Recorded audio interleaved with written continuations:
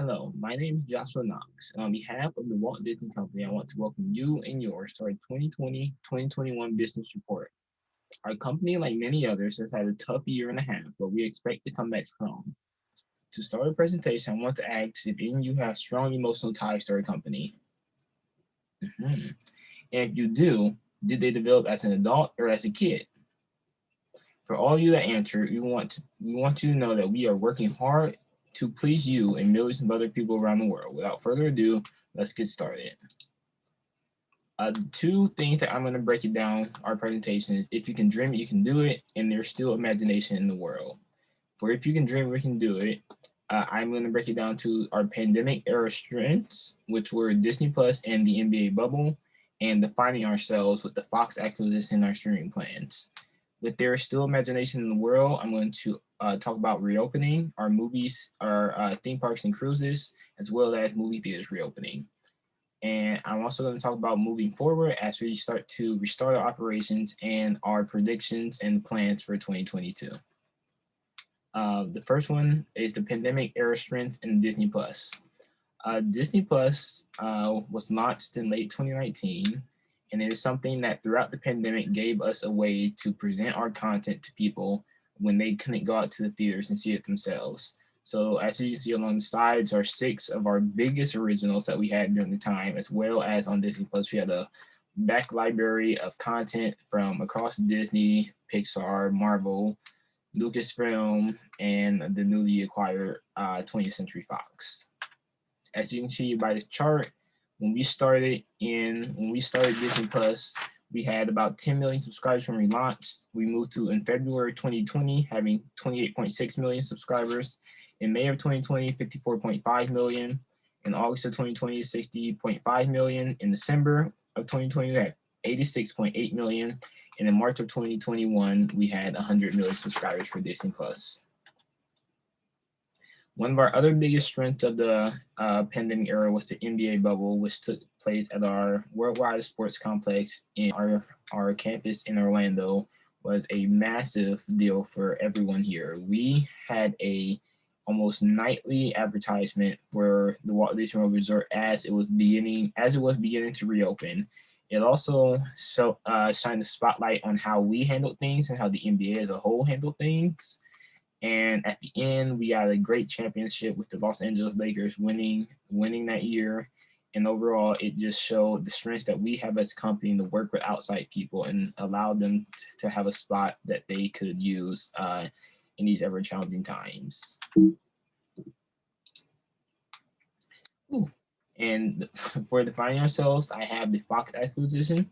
The Fox acquisition finalized itself in 2019, but as over the course of 2020 and 2021, we started to see more of those assets that you can see on the screen start to integrate themselves within our company as a whole. Our biggest thing was acquiring all of these properties that we could use on our streaming, with the big part of that being that we acquired a large majority in Hulu, and we were able to bring FX and the Star brands into our catalog to extend our international reach. And on that topic, our streaming plans. So these are the five streaming services that we have that were started in 2019 and before in 2020 and 2021. And the biggest for us is Disney Plus with 100 million subscribers. And Hulu has about 50, ESPN 30, and both Star and Disney Plus Hotstar are both extensions of Disney Plus in our international markets. For there is still imagination in the world, we want to talk about our reopening of our theme parks and our cruise ships. Our theme parks in the United States, the Walt Disney World Resort in Florida and the Disneyland Resort in California, have reopened. They aren't reopened fully, as the picture in the middle of the Walt Disney World Resort, and on the far side, you have the Avengers Campus at Disneyland, which just opened on June 4th. Both of those parks have been attracting a lot of guests. They're starting to come back in droves to come back to the parks they love, and we are happy to have them back.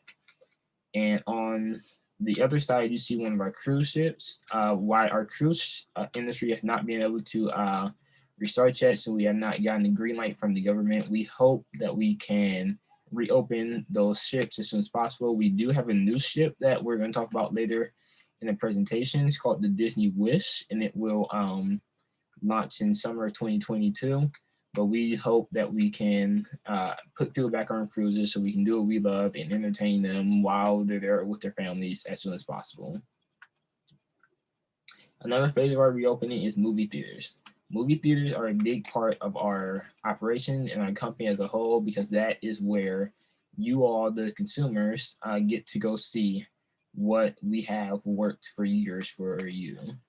And as movie theaters across the country start to reopen, we hope that people come back to theaters in droves to see the properties and the movies that we have rated for you. They've been sitting on the backlog for about a year and a half, and we're so excited to have all of those movies and properties come out to you, and hope that you all enjoy them. Another part of our moving forward is our restarting operations. Across the company, these pictures show it. The middle ones are offices in Burbank. On one side, you have our GMA team from New York. And on the other side, that is the director and the star of Thor Love and Thunder, as they just wrapped production in Australia. So across the company, we're starting to restart operations and get things back to normal. And we hope that we can be at full strength as soon as possible. And finally, our 2022 predictions. These are all things that we are excited about across 2022. From our studios division and Marvel Studios, we have Black Panther Wakanda Forever, which is the sequel to 2018's Black Panther, was made over $1 billion. It is a tribute to Chadwick Boseman, and we are so excited for everybody to see it. And we have Lightyear there, which is a new movie from Pixar, which is about the real person that inspired the toy behind Buzz Lightyear, and that will come out next year as well. Peter Pan and Wendy is a original movie that will be on Disney Plus sometime next year, and we're excited for you to see it. At our theme parks and cruises, we have the 50th anniversary of the Walt Disney World Resort, which will start in October and run through the next year. And the Disney Wish with its character hostess Rapunzel, which will, as we mentioned before, launch in summer 2022. And we're excited to be relaunching the D23 Expo this summer after taking 2 years off because of the pandemic. And in this chart, just our predictions for the year. We mentioned our business segments, our segment leaders, their biggest projects, their estimated revenue by quarter in billions, and launch periods. For our media networks, that is run by Peter Rice and Dana Walden, and their biggest projects or assets are ABC Networks, FX Networks, and Disney Television. Their estimated revenue is $28.39 billion, and their launch periods are year-round. For our parks, experience, and products, that is run by Josh D'Amaro, and their biggest projects are Disney World's 50th anniversary and the Disney Wish. Their estimated revenue is $16.5 billion. And for Disney World Resort, that's going to run throughout 2022, and the Disney Wish will, of course, launch in summer 2022. For studio entertainment, that's ran by Alan Horn. And the two biggest projects are the ones that we noted beforehand, with Black Panther Wakanda Forever and The Little Mermaid. The estimated revenue is $9.64 billion, which is based on the 2020 numbers, but we would fully expect, as people start to come back to the theaters, that number will be higher.